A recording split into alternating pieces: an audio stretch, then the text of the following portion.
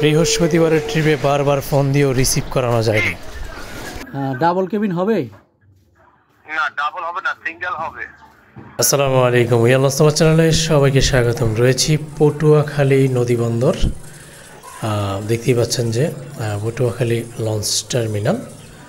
অবশ্য ভিডিও আমি সরাসরি করিনি, সেখান থেকে অবশ্য আমার এক ক্লোজ ভাই সেখান থেকে করে দিয়েছে। তো যাই হোক, ভিডিওর মূল প্রসঙ্গ সেটা হচ্ছে যে ভিডিও শুরুতে অবশ্য পাশাপাশি থাম্বনেলে টাইটেলেও কিন্তু আপনারা বুঝতে পেরেছেন ভিডিওটা কোন উদ্দেশ্যে আজকে তৈরি করা হচ্ছে। তো আশা করি পুরো ভিডিওতে আপনারা আমাদের সাথে থাকবেন। আর আপনি যদি আমাদের চ্যানেলটিতে নতুন হয়ে থাকেন তাহলে আমাদের চ্যানেলটি সাবস্ক্রাইব করবেন এবং পাশে থাকা বেল আইকনটি অন করে দেবেন। প্রসঙ্গ ঢাকা বগা পটুয়াখালী রুট, যে রুটটিতে ঢাকা থেকে প্রতিদিন একটি এবং পটুয়াখালী থেকে প্রতিদিন একটি করে নৌযান চলাচল করছে। পদ্মা সেতু উদ্বোধনের পরবর্তীতে অবশ্য বেশ ধকল খেতে হয়। সেই ধকল কাটিয়ে মোটামুটি 2 লঞ্চের রোটেশন করা হয়। 2 লঞ্চের রোটেশন করা হলেও পরবর্তীতে যখন মালিকদের 2 লঞ্চেও লস হয়, তো তখন গিয়ে 1 লঞ্চের রোটেশন করা হয় এই রুটটিতে। তো 1 লঞ্চের রোটেশনে দেখা যায় অনেক সময় সাপ্তাহিক ছুটির দিনগুলোতে বেশ চাপ থাকে, যাত্রী চাপ অনেক সময় আমরা দেখি। বিশেষ করে এই নভেম্বর, ডিসেম্বর, এই জানুয়ারি মাস, এই 3 মাসে অনেকটাই ছুটির একটা মৌসুম থাকে। বিশেষ করে ডিসেম্বর মাসে চরম পর্যায়ে ভোগান্তি হয়েছে এই ঢাকা বগা পটুয়াখালী রুটে। সেটা কিভাবে? 1 লঞ্চের রোটেশনের কারণে অনেক সময় বেশিরভাগ সময় এই ডিসেম্বর মাসে কেবিন পাওয়া যায়নি অনলাইনে। সেটা আমরা এবার একটু সরেজমিনে দেখব। আমরা দেখছি যে শুক্রবারের একটা ট্রিপ এয়ার খান। তো এয়ার খান 1-এ যাচ্ছি, দেখি কেবিন পাওয়া যায় কিনা। ভাই, কোম্পানি কেবিন আছে? হ্যাঁ, সিঙ্গেল নাই। সরেজমিনে গিয়েও যখন কেবিন মিলল না, তখন উপায় অনলাইন মাধ্যম। তো আমরা এবারে অবশ্য পূবালী 12-তে ফোন দিব। শনিবার ওইখান থেকে অবশ্য একটা ট্রিপ পটুয়াখালী থেকে ছেড়ে আসবে। তো ফোন দিচ্ছি অবশ্য পূবালী 12-তে, দেখি কেবিন পাওয়া যায় কিনা। হ্যালো, আসসালামু আলাইকুম।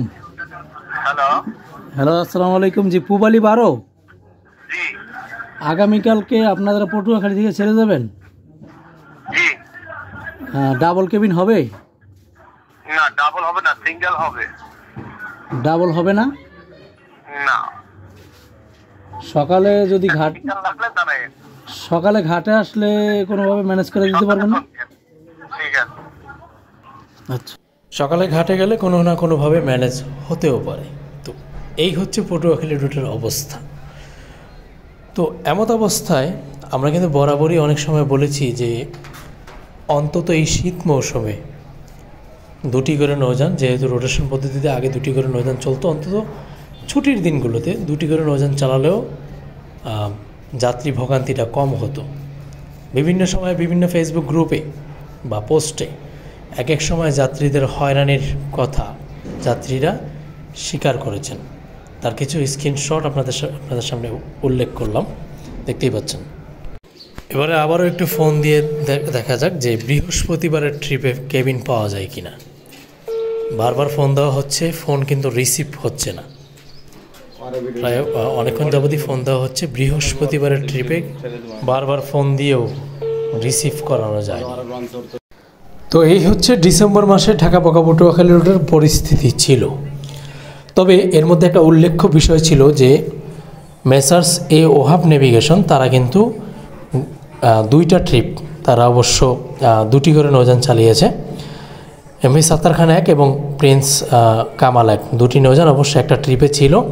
সেই ট্রিপে অবশ্য মোটামুটি যাত্রী চাপ থাকলেও মোটামুটি কেবিন কিন্তু পাওয়া গিয়েছিল। এবং এমনও যেদিন জামাল 9 গেল ঢাকা থেকে বগা পটুয়াখালী, অবশ্য বৃহস্পতিবারে প্রিন্স রায়হান 1, খুব সম্ভবত রায়হান বা কামাল 1 ছিল।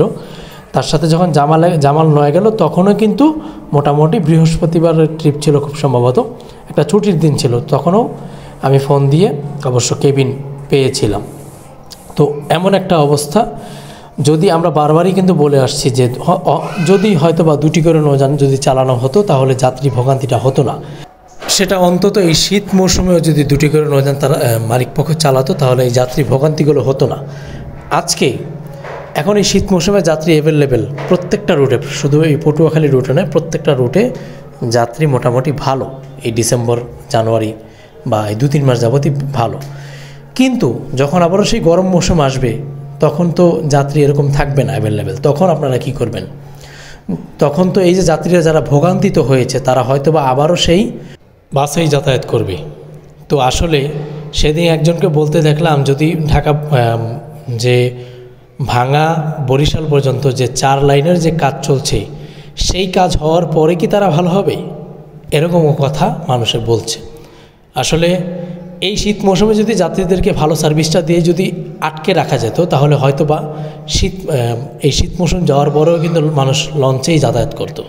আপনি যে কোনো ক্ষেত্রে আপনার কাস্টমারকে যখন আপনি সেরা সার্ভিসটা দিবেন তখনই কিন্তু আপনার কাস্টমার অনুপ্রাণিত হয়ে আবারও আপনার কাছেই যাবে।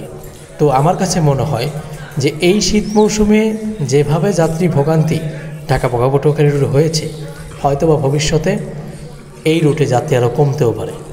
আমরা প্রত্যাশা করি যাতে পটুয়াখালী রুট সহ বিভিন্ন রুটে যে সকল রুটে কেবিন সিন্ডিকেট হয় এগুলো প্রতিরোধ যাতে মালিকপক্ষ নিজে করে যাতে আবারও যাত্রীদেরকে লঞ্চে চলাচলের ক্ষেত্রে অনুপ্রাণিত করে। আমরা সেই প্রত্যাশা রইল। এতক্ষণ আমাদের সাথে থাকার জন্য অসংখ্য ধন্যবাদ। সবাই ভালো থাকবেন, সুস্থ থাকবেন। আল্লাহ হাফেজ।